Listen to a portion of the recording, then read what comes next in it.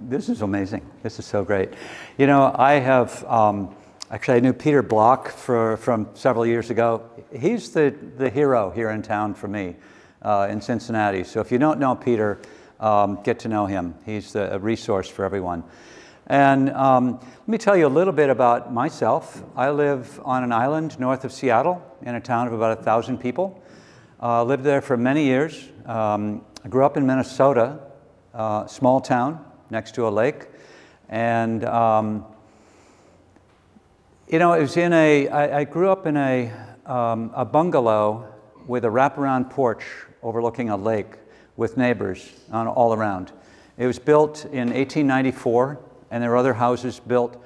And I was the third generation to live in the house, my generation. And then my sister lives there with her kids are gone.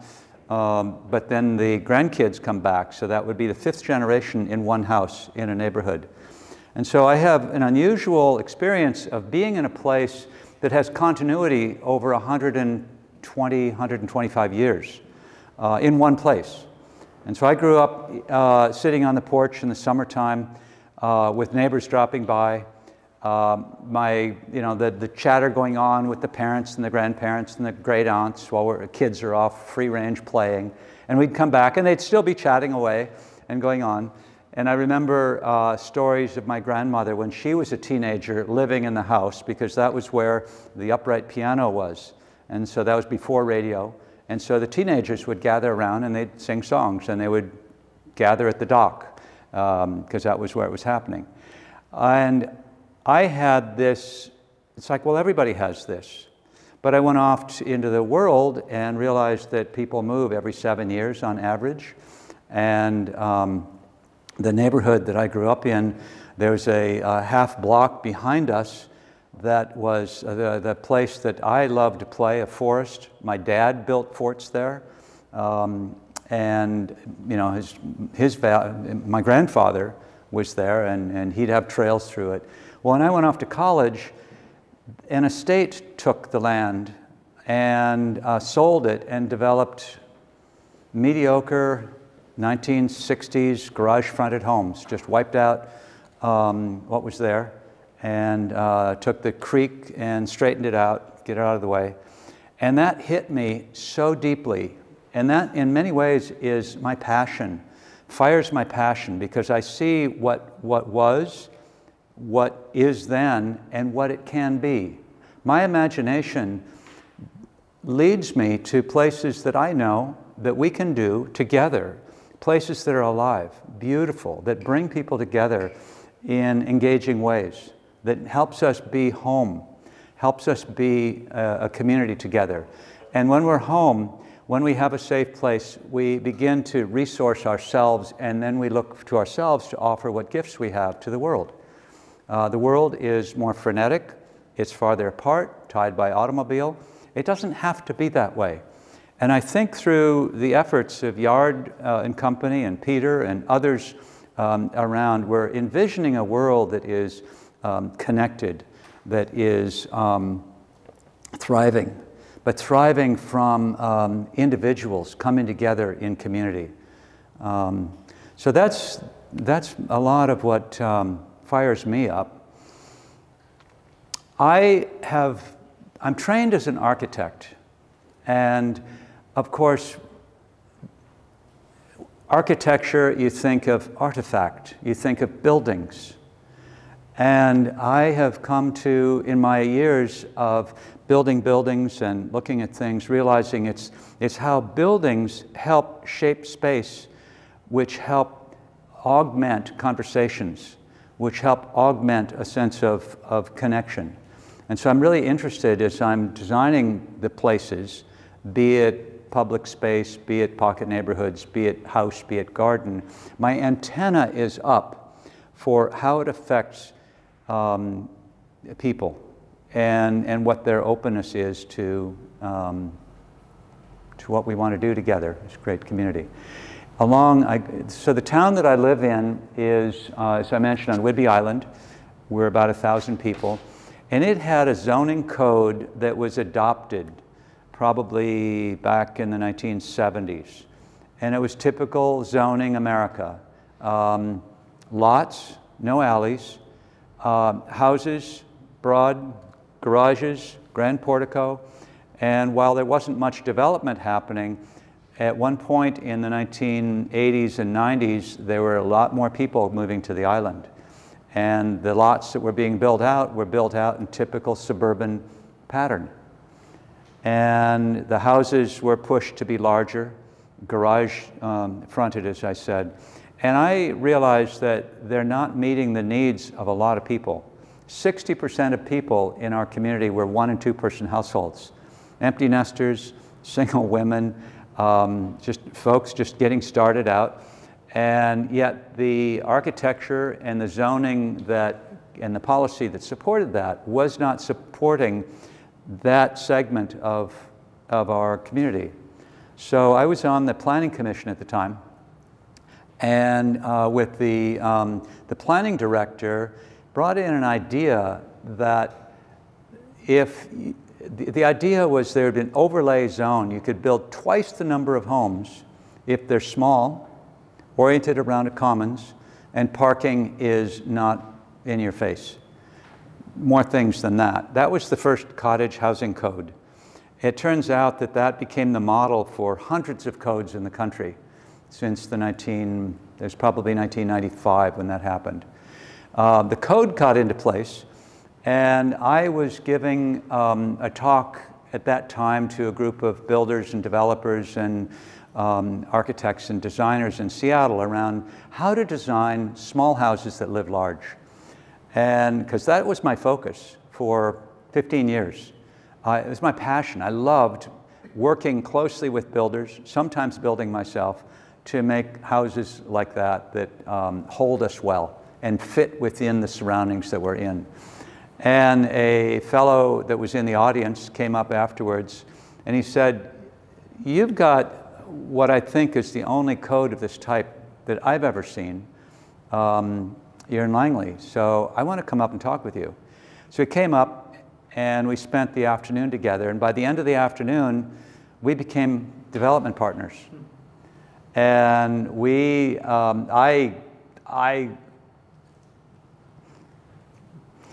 I didn't have a lot of money.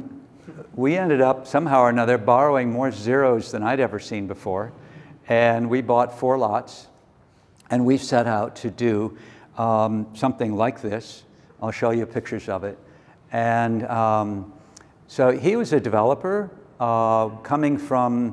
started off in California working as a graduate planner, moved to the developer side with a group that was doing just these huge development projects of 2,000 to 3,000 houses a year in Southern California. And he burned out, he learned what he learned, burned out on that, headed into the Peace Corps, and went over to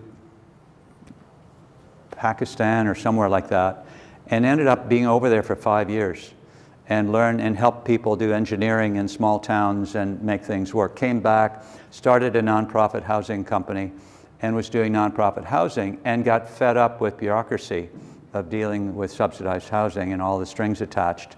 That's when he saw me and said, I want to see if we can do small houses in a community setting that are naturally affordable.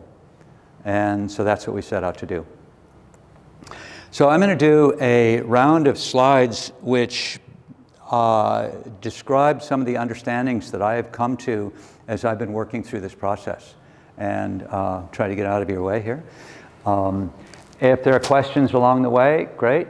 I'm trying to go through these so we'll have also time for conversation. This is your community, and I'm here if I can help spark conversation, help create some new thinking. I'll leave happy. So.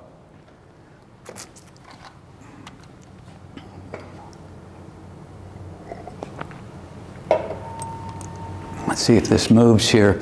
So pocket neighborhoods are communities that I've done over 27 or 28 years since our first one. And they come in lots of different shapes and flavors. A lot of the things that I'm attracted to are, you know, gables and the grandpa's cozy cottage up at the lake, that kind of thing. And yet they don't have to be. They're more than that. But I've been an architect. I've teamed up with my development partner on 7 projects, everything from 8 houses to 25. I've worked with developers on projects up to whole neighborhoods, 200 or 300 houses, mixed use, walkable, compact, a whole range of things. I've been working with towns to take a look at policy and zoning and help bring the dialogue around planning for people as we move along here. So pocket neighborhoods is maybe people can think neighborhood, different scale. A neighborhood, it might be several hundred houses. And we might know perhaps, oh, I live the second house up from the White House. We're not going to know everybody in a neighborhood, but we'll know the landmarks of a neighborhood. In a pocket neighborhood, you've got a handful of people that you know on a first-name basis. They're the ones that you see coming and going, you chat, you tell stories. If somebody has a need, you can recognize that, you can ask for help. A single woman has a cat. When I met her, she had just gone on a vacation for a couple of weeks, and she left her cat at home. And of course, she's got neighbors all around her that take care of the cat, and she's fine. Or this woman here, who, single mom, 2 kids, she had been to the grocery store and came back and got the kids down. It was a long day, and they're headed towards sleep or a nap. And she said, oh my God, I forgot my wallet or my purse. And she, you know, reached out to the next door neighbor. They covered for her. She went, got her purse. In a tight-knit neighborhood, this kind of thing can happen. Or this fellow who was thinking about cleaning his gutters, and the next door neighbor came by and said, no, Joe, we're doing that for you. And in fact, we're going to, you know, help do some of the trimming and the other things going on. This is the strength of a tight-knit neighborhood. Now, the typical pattern in America has public streets, garage-fronted access to cars, and private backyards. The world is nuts. It's crazy. It's fast-paced. It's frantic. You come home, you go inside the door. You've got your kitchen, your media room. You've got your barbecue in your backyard. And it's a priority not to see anybody. And so the street out front becomes just comings and goings. In a pocket neighborhood, you take the public space, the private space, and you expand out an intermediate zone. This is the shared commons. And the shared commons might be a lovely green space, but it also might be maybe an alley that gets closed off and turned into a commons with bucket gardens and picnic tables and shelters and so forth. That's still a commons that you gather around. And it doesn't have to be this fancy cottage style. It could be anything.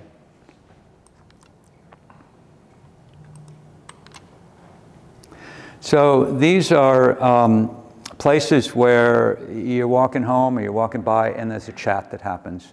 And the chats begin to grow into caring relationships in time. And the caring relationships are about sharing and about a sense of being there for one another. Not only just telling stories, but being there when you need help. This fellow here, can't quite see him, he's retired. He had a health condition, a heart condition, and when he was in the hospital, he came back and there's a whole food line set up for him, and people helping him out. He has a dog, and people walking his dogs. These are the kinds of caring and sharing friendships that happen. I call them neighborships. They may not be your best friends, but they're your best neighbors. Kids. I don't know about you, but I was a free-range kid because my neighborhood, it was safe. When kids grow, they have got to, you know, they naturally are curious and they want to step out and step out and step out. In typical pattern, you go beyond your front door and your mom is really anxious. You know, where'd Julie go? Oh, she's not here. Oh my God, just, I'll get off the phone, just a minute. Where? And you're just, stress is built up naturally as part of that framework that you're in. With this one, this girl can step out her door, step out the front gate, and she's in another zone with aunties and grandmas and other kids to play in.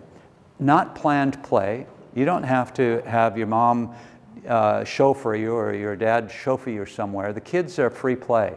And that's part of natural development. And I think the more we grow naturally in ways in which the environment supports us, the more balanced we'll be, the more ready for the next threshold that we'll step over, and the next one beyond that. And then we get out into the world, and we have a way in which we have a sense of home, we have a sense of who we are, and we can offer our gifts to them. I had a teacher in college, Yifu Tuan. He was a phenomenologist of all sorts. And he had a book that he was writing at the time called Space and Place, and he was talking about the first home is the womb, and then it's being held by your parent, and then it's the room, and then it's the next room within earshot, and then it's beyond that, it might be the backyard, and then beyond that, you might hit a wall, the gate, and then beyond that it opens. And he said, unless you know home, you can't leave home. And a lot of the challenges we have in our world is people moving out and they're still frightened kids. So that made me begin to think that there'd be a way in which home has more to do with something here than just architecture as artifact. Hello, Kevin. Okay, and of course elders, and knowing that there are others around, it's a real sense of security. So pocket neighborhoods are around pockets of nearby neighbors. That's the gist of it. Scale matters. So take a look at this table. They might have all gathered. Perhaps there's a birthday party. You listen to somebody, give the introduction, and then it breaks up. And what happens then is that there's conversations that happen. In small groups, conversations are spontaneous. They just happen. We chat, we tell stories, we reminisce, we talk about politics, we talk about kids and grandkids and what have you. And these happen in small groups. These are pockets of nearby neighbors to either side, across the way. And if we take a look at how we design our physical environments, our neighborhoods, I think we can take a look at designing around the scale of sociability.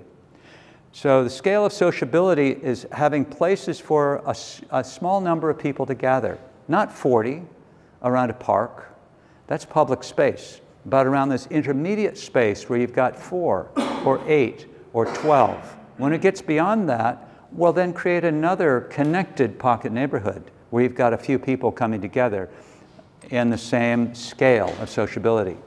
In terms of neighborhood development, where you've got a handful of homes, 6, 8, 10, 12 homes around a commons.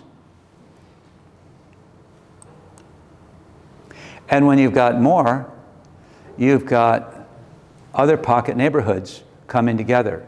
This is affordable housing, a project that I'm working on in Hilo, Hawaii. We've got 9 acres, 90 rental homes, and we're oriented, attached, detached, all attached units, and they're all around a shared green space. And they're connected by walkways that go from one to another.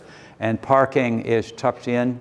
We've got street parking, we've got a major neighborhood commons, an outdoor pavilion, and that's a larger neighborhood with a whole series of pocket neighborhoods. Typical development again. Now, in this kind of community, it's oriented around automobiles and autonomy, the American dream. Just with, I can do whatever I want within my own, zone. There's no intermediate zone. Community and connection are not a priority. It's the scale of economy rather than the scale of sociability.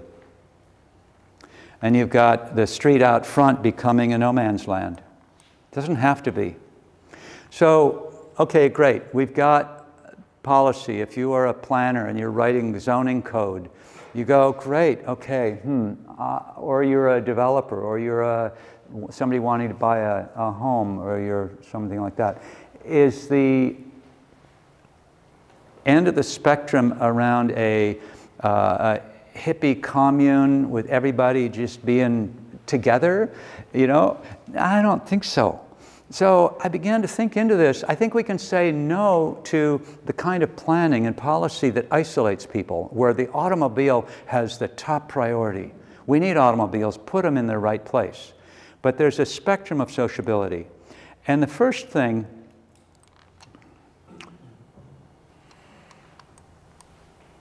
that I have begun to realize is that there's the notion of home of one's own. That's really attractive. But if you've got a home of your own, and if you've got a home of your own in a walkable neighborhood with a third place to meet, it might be the coffee house, it might be a walking network with dogs and sitting spots, it might be just places to gather. That works really well. That's a sociable neighborhood with your own little retreat spot. The other one would be what I would see as naturally sociable neighborhoods. Imagine homes on a quiet street with big porches, cars tucked behind in an alley. This is traditional development pattern before this whole idea of suburban development pattern happening. Now, the next in the spectrum that I would see would be intentional neighboring communities. Think co-housing. Think people coming together by choice to live with shared space, shared agreements, shared ways of making decisions, resolving disputes, celebrating life, having barbecues, having things like a community garden together. That's an intentional neighboring community. Now, the next one in the spectrum that I began to recognize, there are people with particular needs. Elders, people with intellectual developmental disabilities. Rather than institutionalize them, have a place where they are welcomed within the larger community. And so these would be communities where people want to live in a caring community, as well as people who need that kind of care, woven into a larger neighborhood of whatever we have. And it doesn't have to all be intentional neighborhoods, pocket neighborhoods. Pocket neighborhoods would fit more in here. Sometimes they fit within the naturally sociable neighborhood. Imagine a few houses, front porches, quiet street, but we were at a place yesterday, Midway, and this woman who's in this group that we're working with showed us her home. And they're a group of a dozen houses on a little dead-end street. Everyone has porches, and oftentimes during the summer, they set up a barbecue, set up a potluck in the middle of the street. That's a pocket neighborhood. It doesn't look like your standard co-housing, but it is. It's that kind of thing. But it's in between. So that's the spectrum of sociability. There's a zone of sociability. Between the private house and the public street, why not put your picnic table there? Plant a garden, plant corn, tomatoes. And as you're out growing tomatoes, you can bet that you're going to have a conversation with passersby and your neighbors. That's the zone of sociability, which is key. Doesn't take any money at all.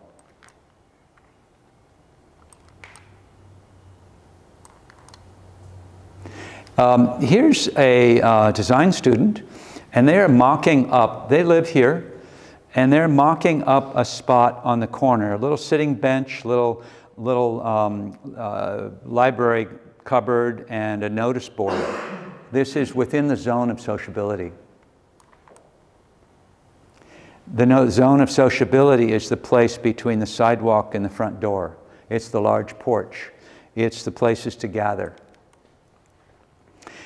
Now, as I said, we're tied to the world by cars. This is a lane. To the left are garages, but you also look into the back doors of these homes that have porches on a street, and there are more informal gardens in the back, eyes from the kitchen looking out to the lane. And here to the right of us will be more of a pocket neighborhood with cottages. People come in, they park, there are mailboxes here. They've got a commons building, they gather, they come and go. There are going to be people milling around. The cars are here, but the priority are people. The cars are brought down to pedestrian speed. I'm going to give you some examples, small, medium, and large. This is the very first project that we did. So we purchased 2/3 of an acre, and we built 8 houses, 12 units to the acre. And we built a series of small houses. They were 700 square feet on the main level with a loft up above, a commons building, which I'll show you pictures of, storage units, a place for tools here. So we've got 8 of them around the commons. We've got a quiet lawn. There was an existing fruit tree that we ended up really holding and celebrating as the center of the space.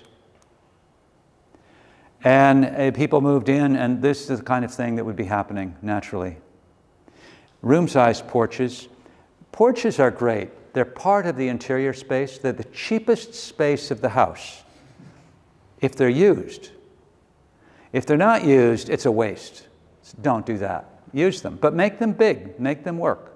But they're also part of the shared space, the public space. It's interesting. They're part of a intermediate scale. They're the scale linking pattern within a neighborhood. They're part of the home, but they're also part of the wider sociable neighborhood. This is the common house. Well, it's more of a workshop. There's a place to have tools. These are south-facing windows. In the springtime, there are shelves for seedlings to go out. People are coming in, and they might be recaning a chair or fixing something. There's a wood stove from a farmer. There's a sink. You've got potlucks. You've got birthday parties. It's rough and tumble, utilitarian and yet sociable. Up on the roof, you've got a barbecue, an overlook. So while everything's closed in and tight and wonderful in the downstairs in the common area, you step up above and you see off to the fields and the forest beyond, and you can see over the rooftops, and that was that contrast. I grew up building tree houses, and so that was my tree house that I did. Because we were developers on it, we didn't pre-sell any of these because we thought we're still working it out. We don't know. We've got a good gut sense of what we should do. And we trusted that gut sense. And back in the 90s, I knew the president of the local bank. And he knew me from being in the town for 15 years. And the developer friend, partner, had a lot of experience, loaned us all this money that we didn't have to go through all the things that we've got to go through now, but we did. And we ended up making choices. And we built these and sold them on spec. Within 2 months, they all sold, and didn't even go on the market. They sold through people coming in, and then they hit the media, and that's part of why I'm here now. Is that it was crazy what happened in the media. We tapped into a market that not only met the local market, but the response that came in told us that this is an unmet need throughout the entire country. And it wasn't just the left coast or the other coast. It was the middle. It was Texas. It was Oklahoma. It was North Carolina. It was Florida. It was Montana, Minnesota, Wisconsin. And people were coming in from all over. And it's saying that it's not just a cultural thing. It's just tapping into something that's a deeper need. This is where the one lawnmower is, and the rakes and shovels and weed whackers and the ladders and so forth. So this next one is one that we worked on. We developed this. It's 2 acres, 2 pockets, connected by a walkway. We've got a little commons building. We've got parking tucked in here. These have attached parking. This parking comes in to this group. There's more parking over here. And we built a common house that was more established. It had a bathroom, it had a kitchenette, place to gather. And this was the place where, and still is, where just things happening all the time.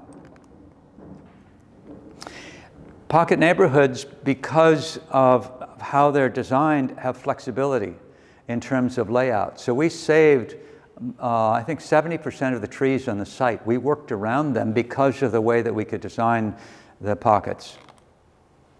This is the connection from the pocket that you saw to the next one over.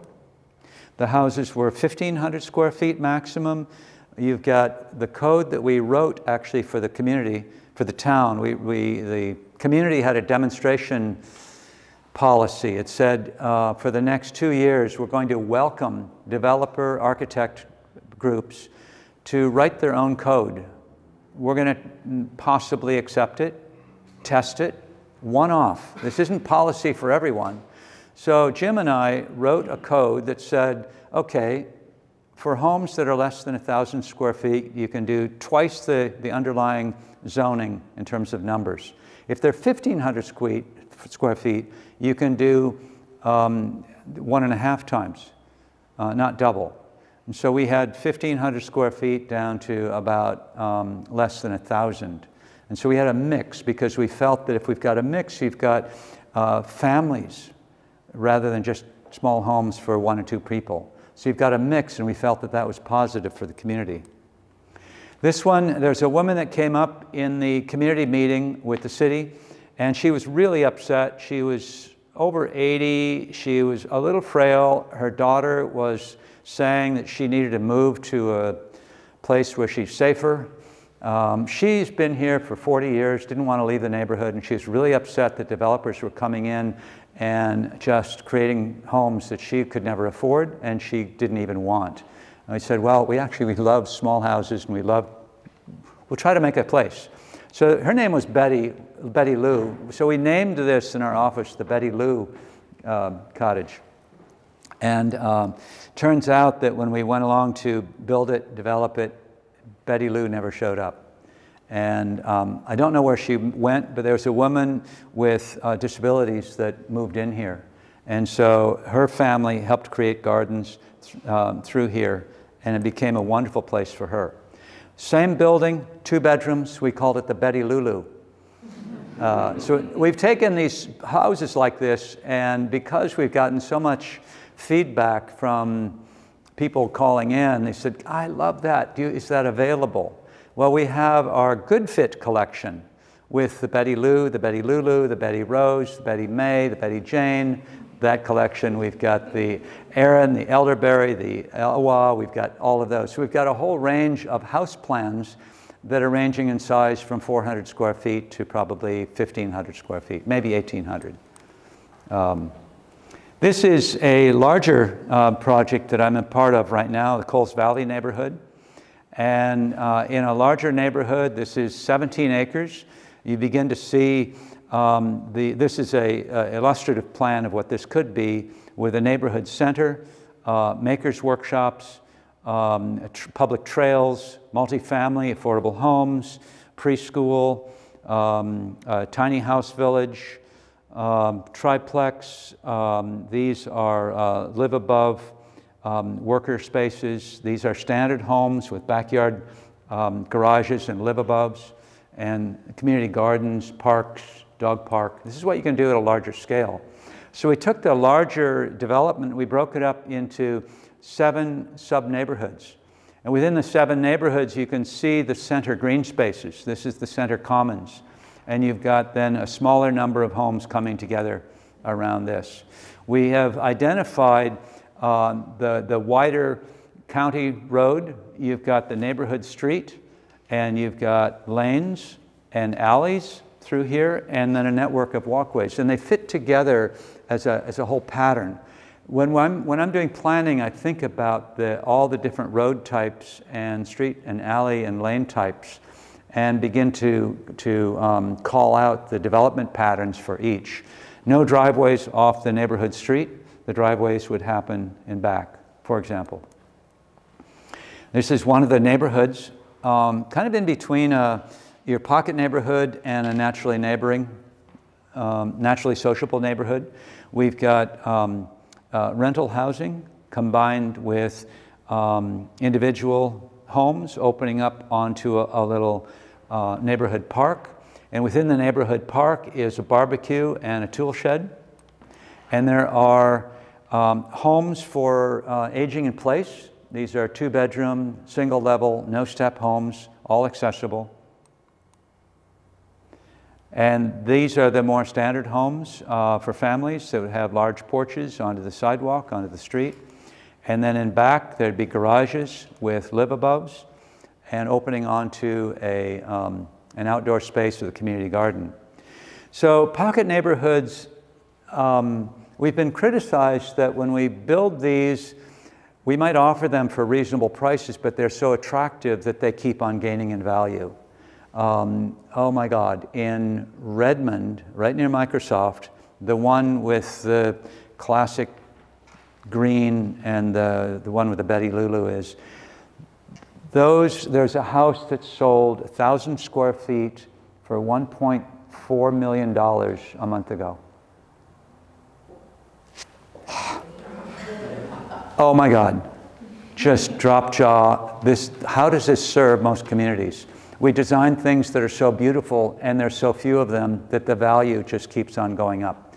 And so I think that the notion of pocket neighborhoods can really meet the affordability challenge. And the affordability challenge, I was talking to Peter earlier today, and we were talking about affordable housing. And I said, you know, in a lot of the affordable housing conversations with people involved with that, we're talking about, well, how many units on how many acres, and you know, the housing units. And people are brought down to numbers. People aren't numbers. A house can be a home if it's allowed to be a home. And so I began to think about that as one approach to the affordability challenge. It's, what did we say this morning? It's homes within reach. Yep. Is that what we said? That's what you said. Try to re-language to align with the values that we're going for. So I think part of affordability is how do we give agency, give empowerment, so that people can have choices over the spaces and what they share together and are together. When they do that, they develop natural connections. I think we are prone to our better angels in places that are safe, in places that we feel at home. And I think that we've got our, whatever the opposite of our better angels would be, you know, where you're twittering and you're getting into all these battles, and we've got the challenges. Angels of commerce. Yeah, yeah. And I think that just the structure of this can, if done well, can bring out our better angels. So I was invited to take a look at a challenge up in Skagway, Alaska. This is the highest, the most northern place you can go on the ferries. And Glacier Bay is around this mountain to the other side. And you've got tourists that come in and they drop off in, you know, like 1,000 people for a day. And they just swamp the town. And there is a family that runs the taxi and bus service to the town. This town is backed up against the mountains. You can drive there, but you've got to drive up to the Yukon and over the pass or the glaciers and down the pass to get there. You're just not going to just get there, and you're not going to have people coming in to work for the taxi service if they can't afford to live there. And there's no places to live. There are these rusted out trailers at the end of the runway. And they needed a place for their workers.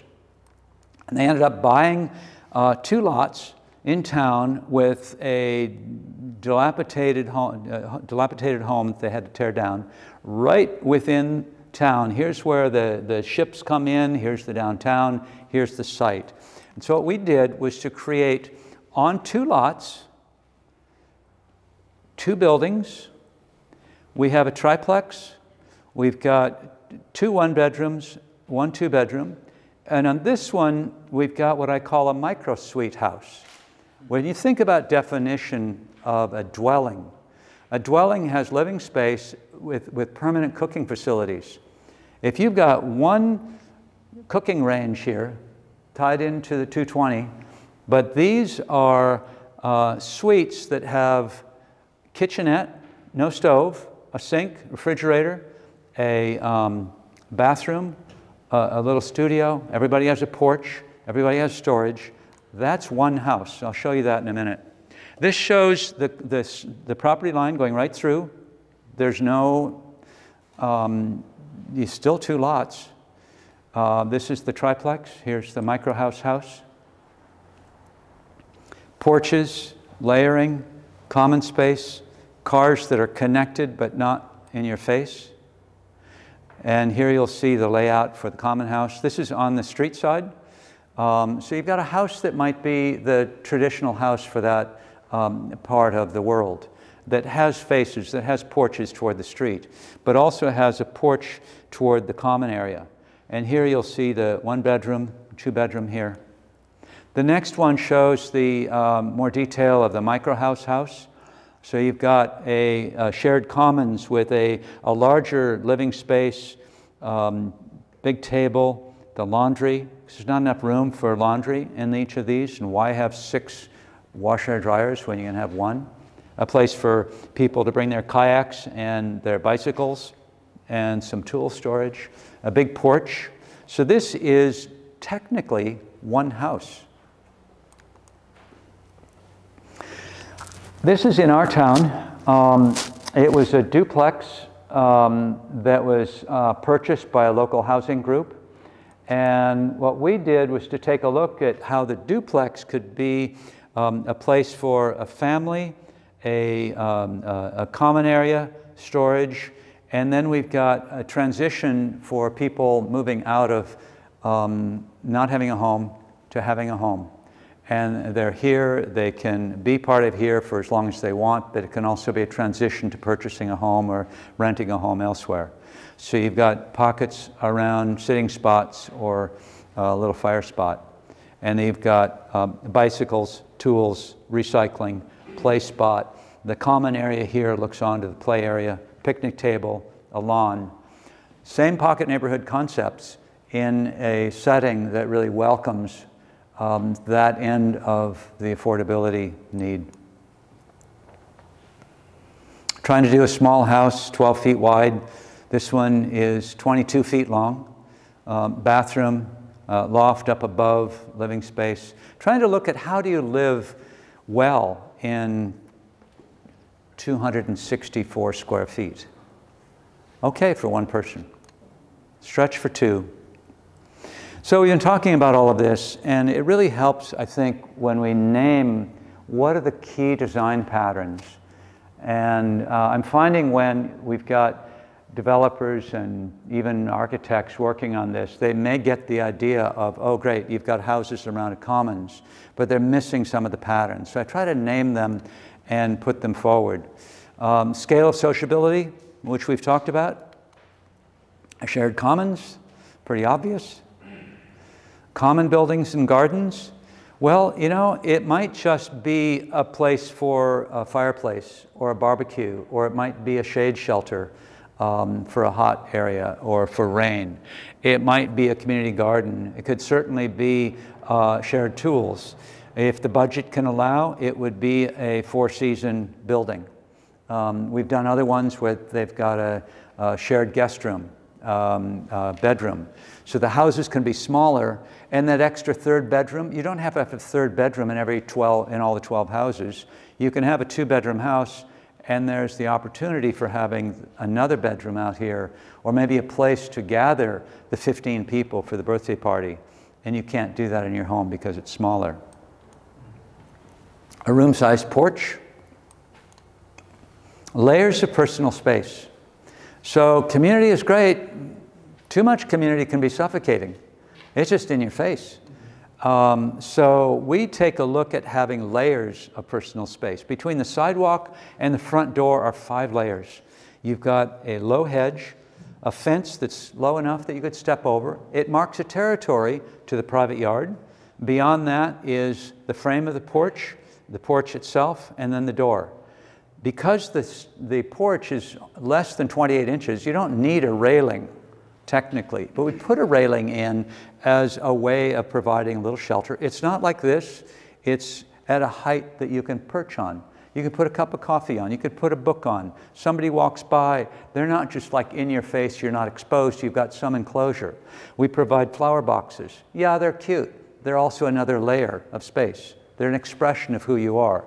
And then within the home, we've got the active spaces facing the shared commons or the street, a porch, living space, dining room, kitchen. Hello. We've got the active space of the dining room, kitchen, living space toward the commons, and then farther back we've got the bedroom, you've got the den, secluded garden, and then up above you've got bedrooms as well. So you've got a privacy gradient, public to private gradient. This is a key pattern that's not, it's not obvious at first.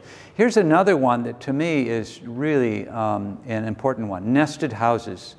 So a builder might say, this is our best-selling plan. Great, wonderful, plop, plop, plop, plop, plop, plop. It's not a house in context, it's a house that sells well. But, so what happens is you move in, you raise your curtains in the morning, and it's like, hey, you sleep well last night? Well, yeah, I did, but how about you? And you're just like, your privacy world is, you got somebody looking on, which means you close the curtains and you don't use the space outside. With nested homes, you've got high windows, skylights, windows looking off to the commons, but there's no windows looking back to the main house, to this house. And you've got the property line between the houses, so you're not activating the building code that says you can't have windows. The property line is 5 feet away, but there's an easement that allows this home to have the entire side yard as their space, their usable space. So it meets the letter of the code, requirement of the code, but it creates this much more usable space in between. Corralling the car, there's many different ways to do this. It might be detached parking, it might be attached. But whatever it is, the car is subservient to the pedestrian. Eyes on shared space. Certainly eyes on the shared commons, comings and goings. You know you're in a safe place when you've got a 4-year-old with others looking on, or an elder, or maybe somebody walks in. You bet that somebody's going to step out and saying, are you looking for somebody? Can I help you? It's got a space that's a territory. What's not so obvious will be if you've got remote parking, do you have a lane of parking covered with garage doors? If we're coming home late at night and you've got a car park and it's darkish and there's nobody looking on, even if that's in a community where it may be safe, it doesn't feel safe. And so find a way to make the live above the garage, or bedrooms over it, or maybe there's a backyard cottage that opens onto it, or maybe there's a community garden off the alley with other buildings around it looking on diagonally. Eyes on shared space. This is not saying eyes on your secluded garden. So pocket neighborhoods, designing around human nature. So there you go.